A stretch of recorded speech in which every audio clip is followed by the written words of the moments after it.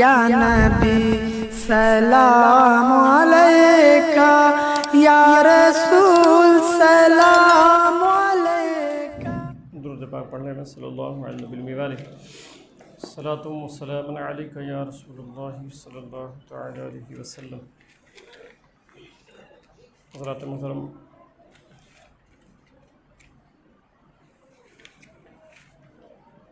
چند پہلے مسائل سماعت فرما لیں۔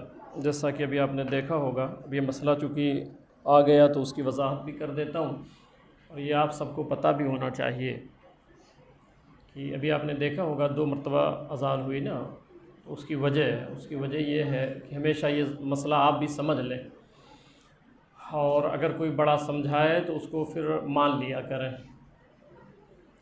کہ جو ختم سحری ہے، جو بھی ٹائم ہوگا وہ آگے پیچھے جو بھی ہوتا رہے گا، اس کے 10 منٹ کے بعد صبح صادق شروع ہوتی ہے، یعنی فجر کا وقت 10 منٹ یہ ذہن میں رکھیں، سب اس کو ذہن میں بسا لیں تاکہ پھر یہ دقت نہ ہو۔ خیر انہوں نے غلطی کی تو کم سے کم ایک مسئلہ لوگوں کو پتہ بھی چل جائے گا اسی بہانے، ٹھیک ہے۔ تو 10 منٹ کم سے کم گیپ ہونا چاہیے جو ختم سحری ہے۔ جب اعلان ہو جائے بھئی اتنے بجے ختم ہے سحری، جیسے 58 پہ ختم ہے، تو اس کے 10 منٹ کے بعد، ٹھیک ہے، اذان دی جا سکتی ہے۔ اگر اس سے پہلے اذان دی گئی تو وہ اذان نہیں ہوئی، اسی لیے آج دہرایا گیا ہے نا، ٹھیک ہے۔ تو یہ ہر کوئی ذہن میں رکھے، جو ختم سحری ہے اس کے 10 منٹ کے بعد، ٹھیک ہے۔ اب آج چند مسائل اور سنیں۔ ویسے بچوں نے تو کافی سوال کیا ہے، مگر 2 ایسا سوال کیا ہے کہ اسی میں کم سے کم 10-15 منٹ چلے جائیں گے، تو میں اس کی وضاحت کر دیتا ہوں، ٹھیک ہے۔ پہلے تو یہ جو مختصر جواب ہے وہ سماعت کر لیں۔ مکھی حلق میں چلی گئی تو کیا ہوا، روزہ ٹوٹ جائے گا؟ اگر جا رہے ہیں اور منہ کھلا ہوا تھا اور مکھی جو ہے وہ حالت روزہ میں اندر چلی گئی منہ میں، تو کیا کیا جائے؟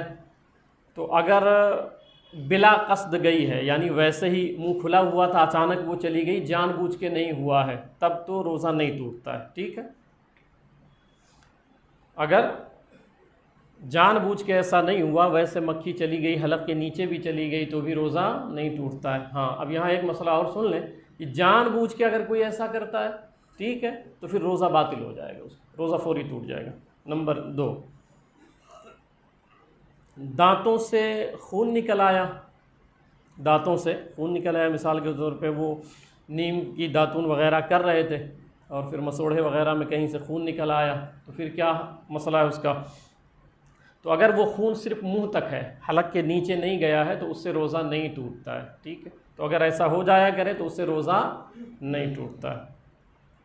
اچھا، ایک بچے نے سوال کیا ہے کہ وہ بھولے سے کھانا کھا لیا، تو پہلی بات بھولے سے اگر کوئی کھانا کھا لیتا ہے تو اس سے روزہ نہیں ٹوٹتا ہے، ٹھیک ہے۔ پانی پی لیا، کھانا کھا لیا بھول کر کے، تو اس سے روزہ نہیں ٹوٹتا ہے، مگر ایک خاص اس پہ ایک مسئلہ اور سماعت کر لیں کہ اب کوئی کھانا کھا رہا تھا بھولے سے اور آپ آئے اور آپ نے اس کو یاد دلایا کہ تم روزے سے ہو، فوراً آپ نے یاد دلایا، یا اس کو فوری یاد آ گیا کہ میں روزے سے ہوں۔ اب وہ جو پانی تھا نا اس کے منہ میں، اب اس کو یاد آ گیا یا کسی نے یاد دلا دیا، تو جو پانی میں نوالا تھا یا پانی جو تھا یا نوالا تھا کھانے کا، اگر وہ اندر لے لے گا تو فوراً روزہ ٹوٹ جائے گا۔ جیسے یاد آیا ہے جو چیز منہ میں ہے فوراً اگل دے رہے، ٹھیک ہے، فوراً منہ سے نکال دے۔ اگر وہ اندر چلا گیا تو روزہ فاسد ہو جائے گا، ٹھیک ہے۔ اچھا، ایک بچے نے پوچھا ہے کہ کان میں پانی چلا گیا تو کیا کیا جائے؟ غسل وغیرہ کرتے رہتے ہیں تو بھئی کان میں پانی چلا گیا تو کیا ہوا؟ تو اگر کان میں پانی چلا جاتا ہے تو اس سے روزہ فاسد نہیں ہوتا ہے۔ یہ مسئلہ میں نے پرسوں بھی بتایا تھا کہ اگر دوا بھی ڈالیں تو روزہ فاسد نہیں ہوتا ہے، یہ تب ہوگا جب پردہ پھٹا ہوا ہو تب، اور پانی کے لیے وہ بھی مسئلہ نہیں ہے، ٹھیک ہے۔ اب وہ جو مسئلہ 2 بچوں نے پوچھا ہے وہ بھی مختصر جواب تھا، مگر میں نے کہا کہ پھر اس پر تحقیقی گفتگو کی جائے، کیونکہ یہ روز مرہ جو ہے اس پر اعتراض بھی ہوتا ہے اور باتیں بھی ہوتی ہیں۔ ایک بچے نے یہ پوچھا تھا کہ نماز میں ہاتھ کہاں تک اٹھایا جائے، ہے نا، ہاتھ جو اٹھاتے ہیں نماز میں یہ کہاں تک اٹھایا جائے؟ تو اس مسئلے پر پوری کتب احادیث میں ٹوٹل کتنی حدیثیں آئی ہیں؟ 8 حدیثیں آئی ہیں۔ ابھی ایک تحقیقی گفتگو میں بتا رہا ہوں آپ کو، پوری کتب حدیث میں ہاتھ اٹھانے پر کتنی حدیثیں آئی ہیں؟ 8 حدیثیں آئی ہیں۔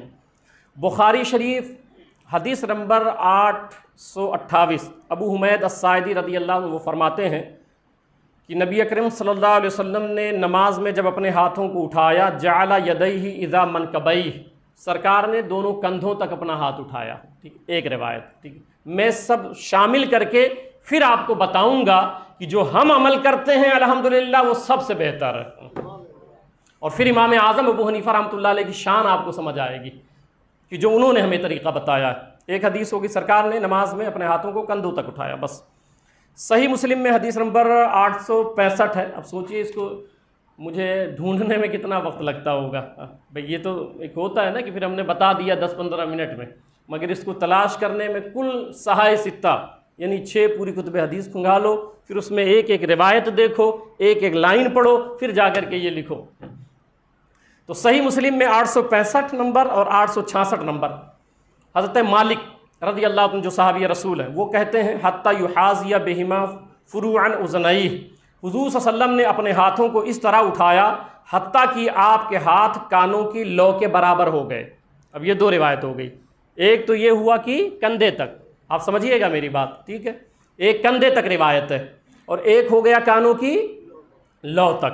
اب تیسری روایت سنیں، صحیح مسلم کی حدیث نمبر 896، وائل بن حجر رضی اللہ عنہ کہتے ہیں کہ سرکار نے اپنے ہاتھوں کو اٹھایا اور ہیالہ اذنیہ، اپنے کانوں کے برابر۔ یہ تیسری روایت ہے، پہلی کندھے تک، دوسری کانوں کی لو تک، تیسری کانوں تک۔ 3 حدیث ہو گئی۔ سنیں، سنن نسائی حدیث نمبر 886، حدیث نمبر 890، حتی حادتہ باذنیہ، سرکار نے اپنے ہاتھوں کو اٹھایا حتیٰ کہ آپ کے ہاتھ کانوں کے برابر ہو گئے۔ ٹھیک ہے، اب یہ چوتھی روایت تھی۔ پھر سنیں، مسند ابن امام احمد بن حنبل حدیث نمبر 15667، حضرت عبداللہ ابن زبیر کہتے ہیں حتیٰ جاوزا بہما اذنیہ، سرکار نے اپنے ہاتھوں کو اٹھایا حتیٰ کہ آپ کے ہاتھ کانوں سے بھی تجاوز کر گئے۔ آپ نے ہاتھ اٹھایا، کانوں سے بھی آگے ہو گئے، ٹھیک ہے، بڑھ گئے۔ ٹھیک ہے، اب یہ روایتیں میں پڑھتا جا رہا ہوں، پھر آخر میں سمجھاؤں گا۔ مسند ابو یعلا حدیث نمبر 1492، برہ ابن عازب کہتے ہیں رأیت ابہامین قریبا من اذنیہ، میں نے حضور کو ہاتھ اٹھاتے نماز میں دیکھا کہ آپ کے انگوٹھے کانوں کی لو کے برابر آ گئے۔ ٹھیک ہے، اب سنن ابو داؤد حدیث نمبر 728، وائل بن حجر رضی اللہ عنہ فرماتے ہیں یرفعون ایدیہم الی صدورہم، صحابہ کو دیکھا کہ وہ اپنے ہاتھوں کو سینوں تک اٹھاتے تھے۔ ٹھیک، پھر مستدرک للصحیحین میں جلد 1 صفحہ نمبر 356 اور حدیث نمبر ہے 931، انس بن مالک رضی اللہ تعالیٰ عنہ جو 10 سال حضور صلی اللہ علیہ وسلم کی خدمت میں رہے ہیں، وہ کہتے ہیں فہاد ابہامین اذنیہ، کہ نبی اکرم صلی اللہ علیہ وسلم نے اپنے ہاتھوں کو اس طرح اٹھایا کہ آپ کے دونوں انگوٹھے کانوں کے برابر ہو گئے۔ ٹھیک ہے، کانوں کے برابر ہو۔ اب اتنی 8 حدیثیں میں نے آپ کو سنا دی کہ منکبیہ گردن تک، کانوں کی لو تک، کان کے اوپر تجاوز کر گئی حضور صلی اللہ علیہ وسلم کی انگلیاں، ٹھیک ہے، سینے تک۔ اب کسی ایک حدیث پہ آپ عمل کر سکتے ہیں۔ یہ جو آج ایک نوجوان کو پکڑ کے بتایا جاتا ہے نا پھر یہیں تک اٹھاؤ، دیکھو یہ حدیث ہے، بھئی وہ بھی صحیح کہتے ہیں کیونکہ وہ حدیث ہے، بھئی یہاں تک اٹھاؤ، یہ بھی حدیث ہے، بھئی صحیح ہے۔ مگر واہ امام اعظم ابو حنیفہ رحمۃ اللہ علیہ جو ہمارے امام ہیں، ہم جن کے مقلد ہیں، ان کی شان اجتہاد اور شان تطبیق پر ہم قربان جائیں۔ مسئلہ کیا ہے کہ امام اعظم کی وہ شان ہے، وہ ذات ہے کہ ایک وقت میں انہوں نے ساری حدیثوں پہ ہمیں عمل کروا دیا ہے۔ کوئی بھی عمل کرے گا ایک حدیث پہ، بھئی کندھے تک آپ اٹھائیں گے تو آگے تو یہ ہے نا کہ پھر کانوں کی لو تک آپ کے انگوٹھے جائیں، انگلیاں کانوں سے تجاوز کر جائیں۔ ایک روایت یہ ہے کہ کانوں تک آپ نے اٹھایا ہے تو ساری روایتیں تو چھوٹ گئیں، ساری حدیثیں چھوٹ گئیں۔ مگر جب امام اعظم ابو حنیفہ رحمۃ اللہ علیہ کے قول پہ عمل کریں گے تو آپ فرماتے ہیں ہاتھ کہاں تک اٹھاؤ، فرماتے اسی حدیث کو تطبیق کیا، اس کو تطبیق بین الروایہ کہتے ہیں، یعنی تمام روایتوں کو جمع کرنا اور پھر اس سے ایک مسئلہ نکالنا کہ ایک وقت میں کئی حدیثوں پہ عمل ہو جائے۔ تو اب اہل حدیث ہم لوگ ہیں کہ کوئی اور ہے؟ اتنی حدیثوں پہ ایک مسئلے میں ہم لوگ عمل کر لیں. تو اب امام اعظم نے کیا طریقہ بتایا؟ فرمایا ہاتھ اٹھاؤ تو یہ ہتھیلی قبلہ رخ رہے، یہی ہے نا، اور کہاں تک؟ کان کی لو تک لے جاؤ، کان کی لو تک لے جاؤ. اب اگر ہم کان کی لو تک لے گئے تو سرکار کی حدیث ہے کہ سرکار کی انگلیاں جو تھیں وہ کان سے تجاوز کر گئیں، اس حدیث پہ عمل ہو گیا. ایک روایت ہے سرکار کی انگلیاں کان تک چلی گئیں، دوسری حدیث پہ عمل ہو گیا.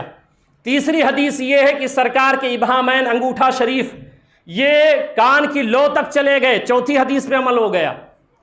اب پانچویں حدیث یہ ہے کہ حضور صلی اللہ علیہ وسلم نے منکبیہ گردن تک اٹھایا، ہاتھ گردن پہ آ گیا، ہاتھ گردن. ایک وقت میں 6 حدیث پر اگر اس روئے زمین پر کوئی عمل کر پاتا ہے تو وہ ایک جماعت ہے جو امام اعظم ابو حنیفہ کے مقلد ہوتے ہیں.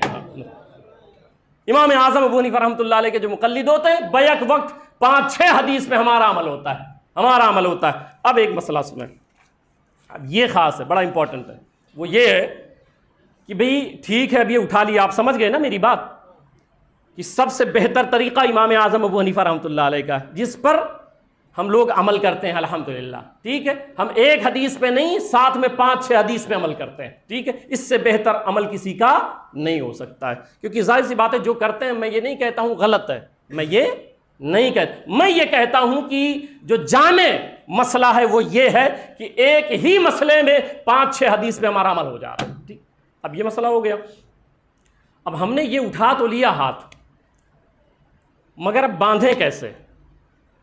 اب یہ مسئلہ ہوتا ہے نا. پھر ہاتھ کو رکھیں کہاں پہ؟ اٹھا لیا، اللہ اکبر کہہ دیا. تو ایک بچے نے اس پہ سوال کیا تو ہم نے کہا اس پر بھی تحقیق کرتے ہیں. ٹھیک ہے، اس پہ بھی تحقیق کرتے ہیں. ساری حدیثوں کو میں نے جمع کیا تو اس بات پر ٹوٹل کتنی حدیثیں ہیں؟ 6 حدیث. ٹوٹل 6 حدیث آئی ہے کہ بھئی ہاتھ آپ نے اٹھا لیا، اب اس کے بعد رکھیں کہاں پہ؟ تو پہلی حدیث ہے بخاری شریف کی، حدیث نمبر 740 ہے. میں اس لیے علمی گفتگو کرتا ہوں تاکہ یہ جو چڑھاتے ہیں نا کہ آپ جو نا حدیث پہ نہیں عمل کرتے ہیں، میاں ہم سے بہتر حدیث پہ کون عمل کر رہا ہے؟ ہاں، یہ اور بات ہے کہ آپ کو سمجھ نہیں آ رہی ہے، آپ کو جو سکھا دیا گیا وہی سیکھ گئے آپ بس. تو صحیح بخاری. اب مسئلہ دوسرا سمجھا رہا ہوں آپ کو کہ ہاتھ اٹھا لیے، اب ہاتھ کو کہاں رکھیں؟ ٹھیک ہے، اس پر 6 حدیث ہے. صحیح بخاری میں حدیث نمبر 740 سہل بن سعد ساعدی فرماتے ہیں کان الناس یؤمرون ان یضع الرجل الید الیمنی علی ذراعیہ الیسری فی الصلاۃ. حضرت سہل بن سعد ساعدی بخاری میں کہتے ہیں کہ ہمیں حکم دیا جاتا تھا کہ نماز میں آدمی اپنے دائیں ہاتھ کو بائیں ہاتھ کی ذرا پر رکھے، دائیں ہاتھ کو بائیں ہاتھ کی ذرا پہ رکھے.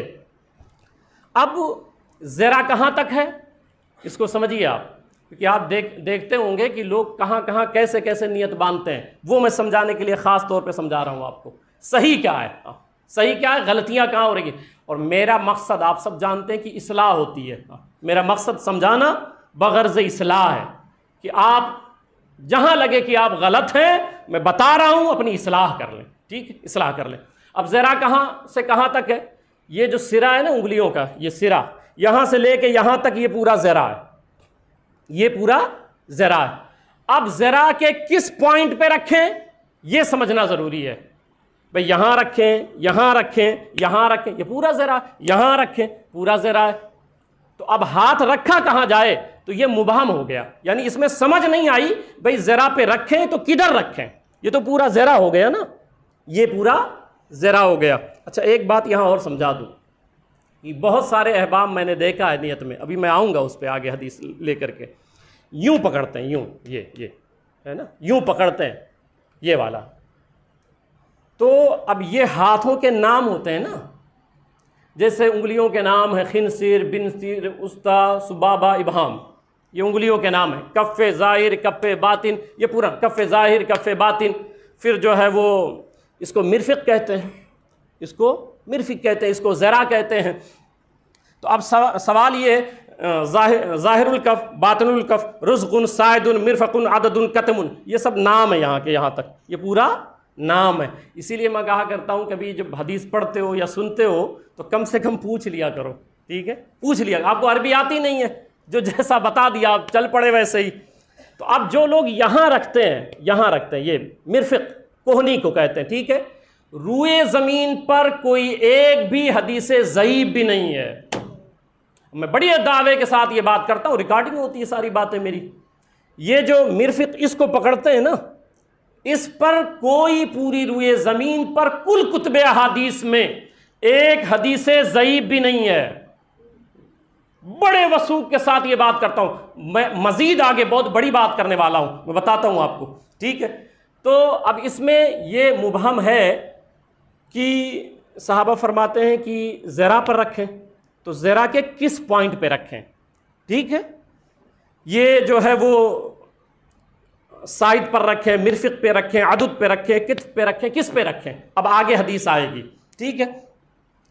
مسند احمد بن حنبل حدیث نمبر 22342 ہے، سہل بن سعد ساعدی کہتے ہیں کان الناس یؤمرون ان یدع الیمنى علی اليسرى فی الصلاۃ۔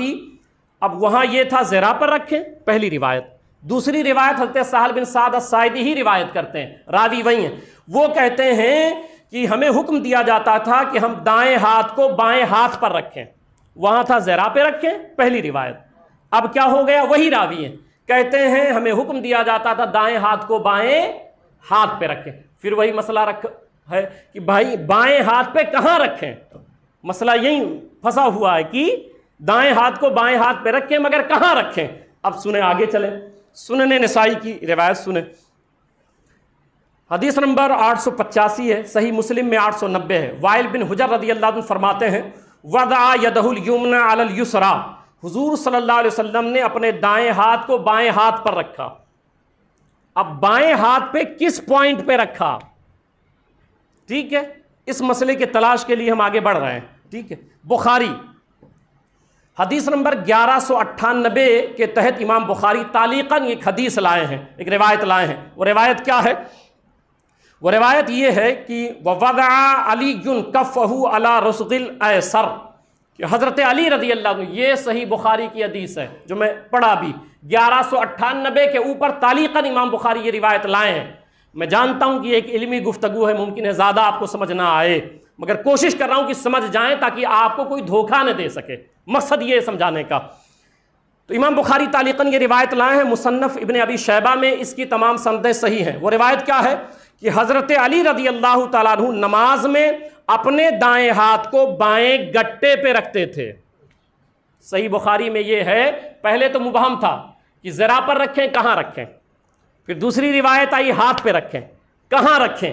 اب یہ واضح ہوا کہ بھئی ہاتھ کے کس پوائنٹ پہ رکھیں، تو حضرت مولا علی رضی اللہ تعالیٰ عنہ کہاں رکھتے تھے، دائیں ہاتھ کو اپنے بائیں گٹے پر رکھتے تھے، ٹھیک ہے، یہ روایت ہو گئی۔ آپ سنیں، سنن نسائی کی روایت ہے 885، وائل بن حجر فرماتے ہیں کہ میں نے سرکار کو دیکھا، صحابی کہتے ہیں میں نے حضور صلی اللہ علیہ وسلم کو دیکھا، وضع یدہ الیمنى علی ظہر کفہ الیسریٰ والرسغ والساعد، کہ حضور نے اپنے دائیں ہاتھ کو بائیں ہاتھ کی ہتھیلی کے پشت پہ رکھا، اس کو ہتھیلی کہتے ہیں، ہے نا، اس کو ہتھیلی کہتے ہیں۔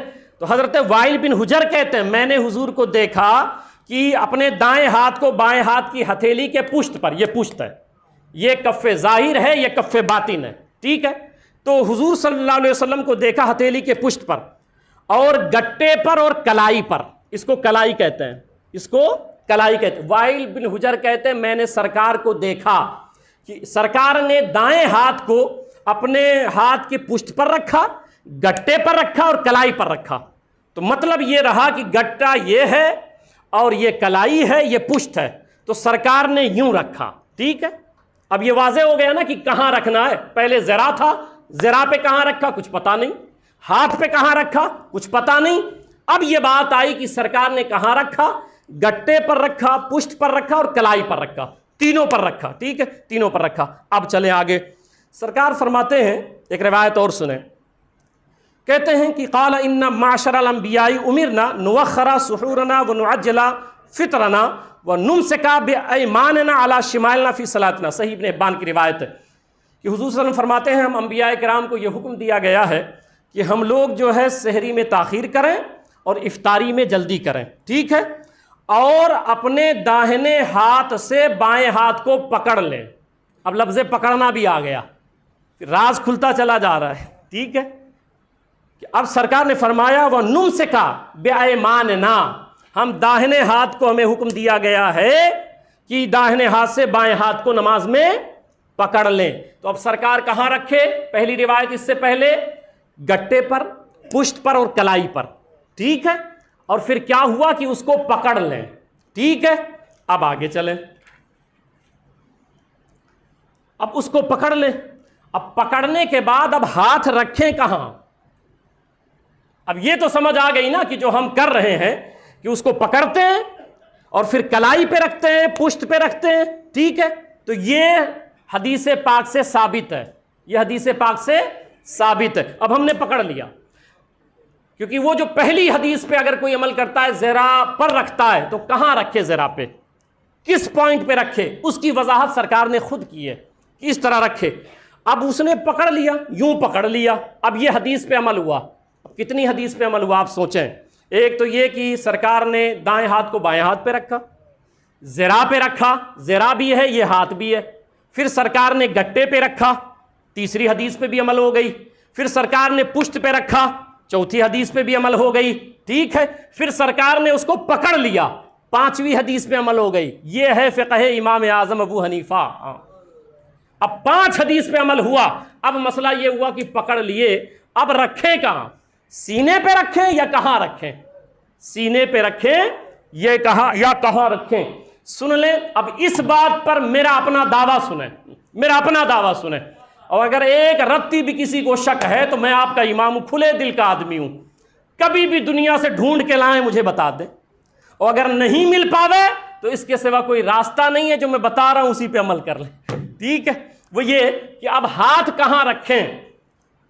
تو پوری صحائح ستہ میں متصل سند کے ساتھ کوئی صحابی بیان کرے کہ سنت طریقہ یہ ہے، یہ جو سینے والا، نیت باندھنے والا نا، سینے پہ رکھیں. پوری بخاری میں، اب میں نام لے رہا ہوں، بخاری، مسلم، ابو داؤد، ترمذی، نسائی، ابن ماجہ، ٹھیک ہے.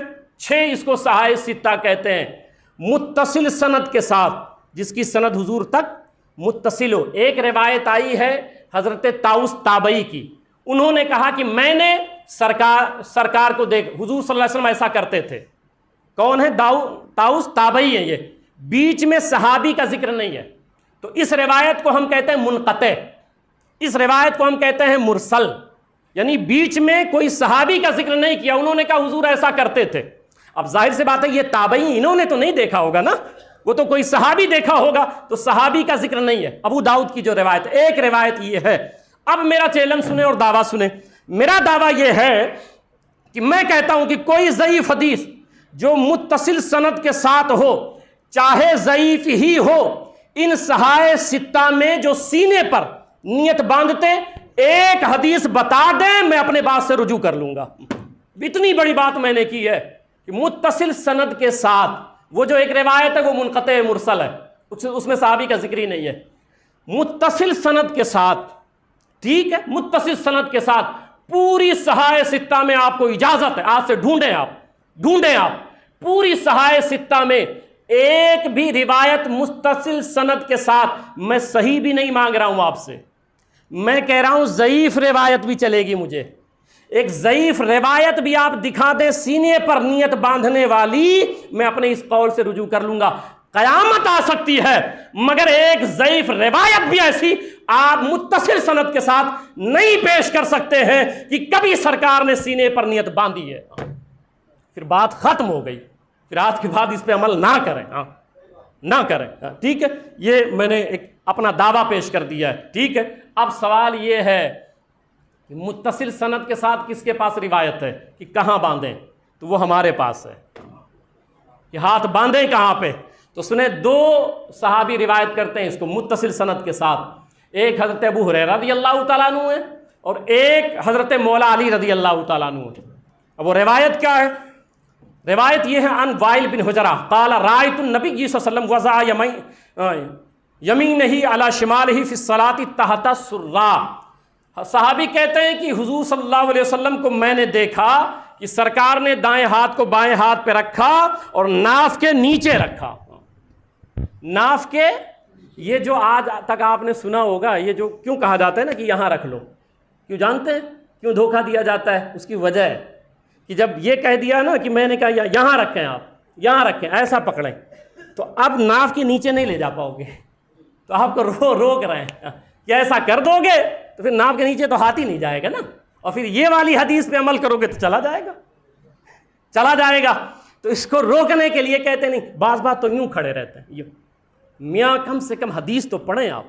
میں ایک حدیث کا ادنا طالب علم ہوں، اتنی سمجھ جو میں نے آپ کو بتائی ہے، آپ اس پر مجھ سے بات کریں نا 2-4 گھنٹے میں آپ سے بات کرنے کے لیے تیار ہوں. یہ تو 2-4 نمونے میں نے پیش کر دیا آپ کو. مطلب یہ ہوتا ہے، معاملہ یہ ہوتا ہے کہ کبھی کبھی کیا ہوتا ہے کہ دھونس دے دیا جاتا ہے، بھئی حدیث میں ایسا ہے، ہمارے بچے ڈر جاتے ہیں. میں نے اس سے پہلے ایک جملہ کہا تھا، میں آپ کا امام ہوں نا، تو حدیث کے مسئلے میں کبھی آپ ڈرا نہ کریں. الحمدللہ یہ حضور صلی اللہ علیہ وسلم کا جو نوکر غلام ہے، الحمدللہ حدیث میں کافی معلومات ہے، اللہ کا شکر ہے، ٹھیک، اللہ تعالیٰ کا شکر ہے. تو اور پھر ان علی قال من سنت الصلاۃ وضع الایدی علی الایدی تحت السرری. مصنف ابن ابی شیبہ 3966 روایت ہے. حضرت علی رضی اللہ تعالیٰ فرماتے ہیں کہ نماز میں سنت یہ ہے کہ دائیں ہاتھ کو بائیں ہاتھ پہ رکھا جائے، اور کہاں؟ ناف کے نیچے. ٹھیک ہے، تو اب آپ کو نیت ایسے ہی باندھنی ہے. اگر کوئی ایسا باندھتا ہے، آپ اس سے کہیں میں نے تو ایسے آج عرض کر دیا کہ اگر یہ کوہنی والی کوئی روایت مل جائے مجھے بتا دیں، میں رجوع کر لوں گا، ابھی تو درس کنٹینیو شروع رہے گا. ٹھیک ہے، تو عمل اس پر کریں، عمل اس پہ کریں. تو یہ روایتیں میں نے، چونکہ 2 بچوں نے یہ سوال کیا تھا، تو میں نے اتنی باتیں اس پر تحقیقی طور پہ رکھ دی ہیں. ٹھیک ہے.